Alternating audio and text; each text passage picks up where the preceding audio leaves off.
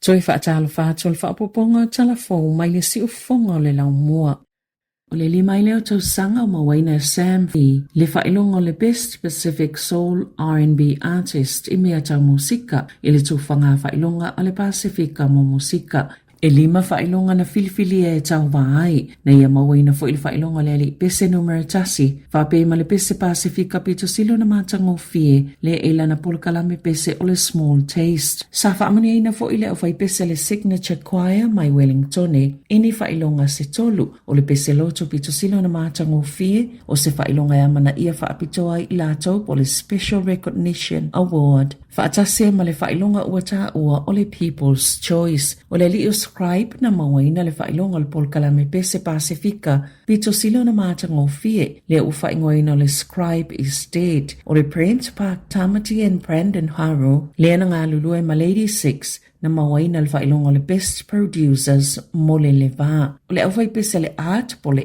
ART, o ta maita i talavo e to tolo mai porirua, na mawaina le whailonga le Pacific Music Crew po le tausanga, le fo ina lātou mawaina, le lava whailonga le tausanga talwai, o ta maita i o Anastasia Rosetta Matiresa, o Evelyn Kum na malo i le Best Female Artist, and mawaina Kensi mai Wellingtone, le Best Pacific Hip Hop Artist, mo le tausanga, ma o le lua i leo tausanga o ia mawaina lea whailonga, o le whaili Sāmoa le Shepherd's Rain, na manu malo i le music video o le tausanga i la lātou pese o le Sāmoa mo Sāmoa. Wavala au le Downtown Community Ministry i Wellingtone, moni foa i tautupe mai le atunoo, e fsosani e whaatupe i le whaafitau li tele, o le lea iu ni fale mo tangata e momoi politito fale uloa i totono o le aai o Wellingtone. Na sauno Natalia Cleland o le DCM, o ie le fie le whaanonofo tangata i le ini ainga i fale tali malo beitai, o lo whaatuptup la ia bea le numero tangata e le aini fale momoi ai. I tonu o le aai, i le whaingofia le matanga luenga le sa ilingo ni fale whaamomoe tangata, i ni fale whaapitoa moni taimi vave e tatau na ave i eini tangata o le eini fale nono fuai, o le tootele o tangata o talo sangato Mosef Sosoani, wa faisi umio nono foilungo awala, ma ua o fo i le tūlanga ua le mawhaiona maua ni avanoa e nono fuai i fale, o i lātou fo ia, e mai le fitu se lau o tangata i Wellingtone, wa lewa ona iei o lātou ingoa, i le lisi whaatalitali,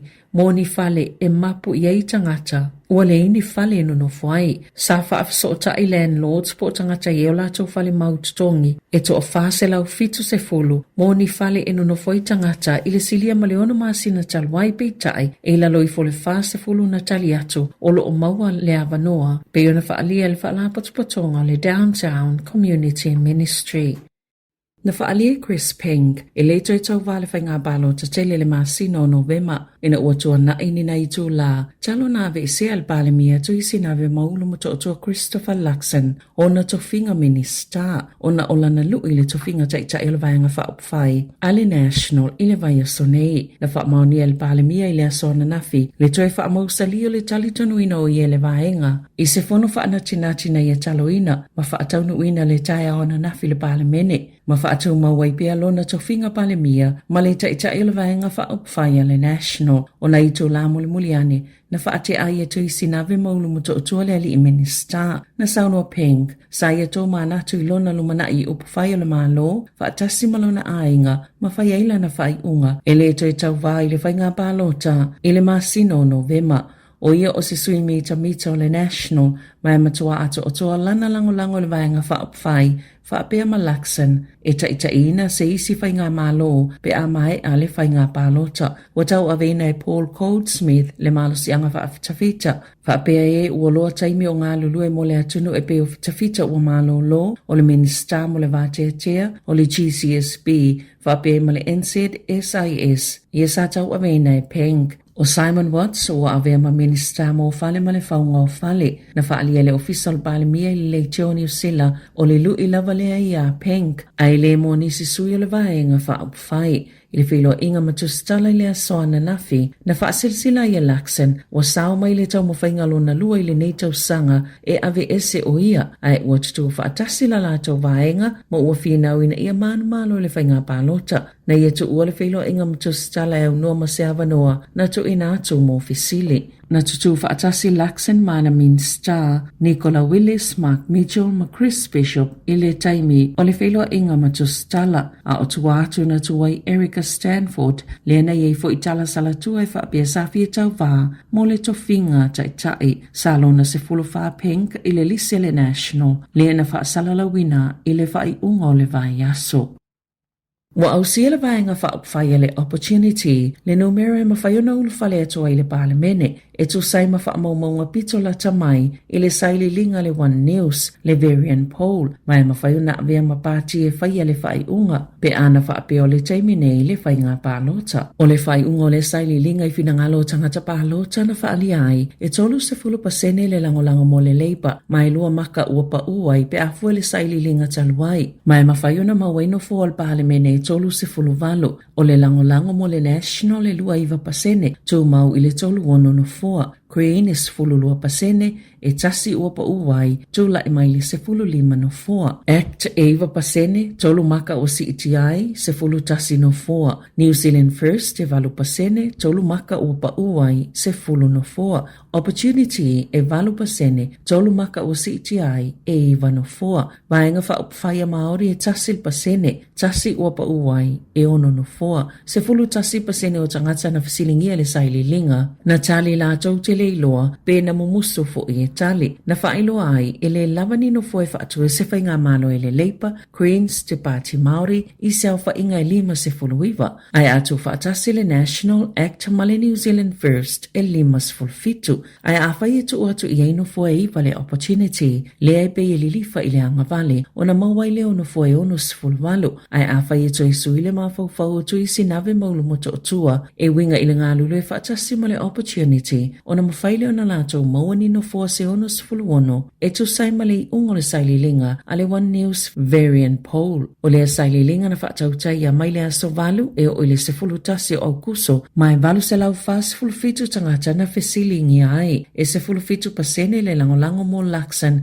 ile tofinga palemia e tasi le maka uapa uai ai sifululima pasene mo Chris Hipkins le tae o le Labour. Ita alonga Walangolango le whaia onga le Warriors le lili wato se tasi na via mawhaia onga lo peleki Scott Robertson ile la kapiliki pe a whaia moni e tala fe avea ai piona ta ua le leitio New Zealand o le Swafo Robertson na nginga ilunga le vaia sonei e whaapea o le aia ta ia le Southern Orcas se au i kala i stete o lo tau mawhaia whaaufi tutono le tauvanga Australia o le la kapiliki na whaalia le perstene o le Orcas o Sir Cramlow na ufoi nato le whaalapo tupotonga ya Robertson se kone karate e whaatau sanga pe a whaia manuia la lato talo sanga mo sa lato lai sene e fitu ta amilu sango le lakapi supa na siampine le Crusaders au whaia o ngai Robertson le na mahafuli e fina ngalo tangata e filifili e le whaia o ngalo peleki peita ai sa le ise taunu unga le lei ina ua avia ma whaia o nga mua lo peleki e toi ave ese ai whaato au ili o ngā totonu o lana kone karate peita ai na whailole o for Webster ila la whanotanga mo Robertson le na awa iai ma Stacey Jones ma Daryl Halligan i kalai estete ma sai e loai o se tangata matoa fifia lava le ngaluenga le whaia onga whaapia ma le taalonga ele i whaia onga mua lava Robertson i se taalonga le lakapiliki peitai e manatu Webster o le lea i o sona poto maasani leitu ele o se whaafita o le tele o Alan Jones fo i sa whaia onga le Wallabies mai le tasiva valufa i le valufitu a o le ili watu i le Balmain Tigers mo tau sanga e wha tolu ono pasene o taalonga sa manu malo ai mai whaapena fo i se tangata lakapi e Andy Farrell, David Kidwell mai si whaia onga. Wato e saini Ethan D. Cruz le pou au Jules Kalamo le olpeleki i le uni la kapia New Zealand o le Highlanders ma Southland e o atu le whai unga le luafi luaiva o le masino machi na mawaila la pepe fomalo na toolua le ana ta ua D. Cruz na atili whai ngufiela na whai unga e toi whaupopo i le umiola kone karate New Zealand. E fia la vai e le Highlanders ma ta alomolo na i tu malo Whapia fo I molona tono o e ala ili olo peleki. Wa wha lima na tālonga whaitaulia mo le olo peleki malo I ele taimine I Afrika I Saute I le malanga taa milole au. Tala whauia malisi ufonga le lau mua mo le nei vaenga o le tae au.